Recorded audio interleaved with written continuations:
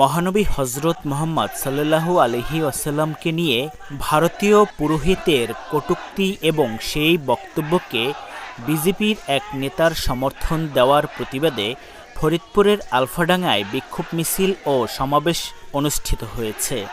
মঙ্গলবার সকালে উপজেলা সদর বাজারের চৌরাস্তা থেকে বিভিন্ন স্লোগানে কয়েক হাজার ধর্মপ্রাণ তৌহিদি জনতা বিক্ষোভ মিছিল বের করেন।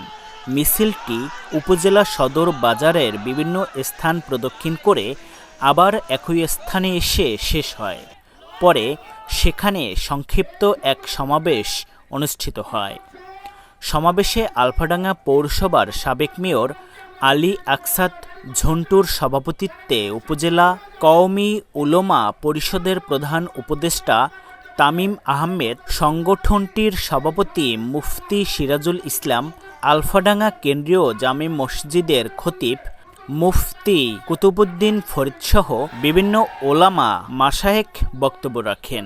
এ সময় বক্তারা কটূক্তিকারীদের দ্রুত গ্রেপ্তারপূর্বক আইনের আওতায় এনে সর্বোচ্চ শাস্তি ফাঁসি দেওয়ার জন্য ভারত সরকারের প্রতি জোর দাবি জানান। মীর রাকিবুল, বার্তাবাজার, আলফাডাঙ্গা, ফরিদপুর। আমরা সকলেই যেন বিশ্ব নবীর আদর্শ অনুসরণ করব ইনশাআল্লাহ। আমরা এই যুবকদেরকে আমরা অঙ্গীকার প্রতিবদ্ধ হব যে আমরা সকলেই সমাজের প্রতিটা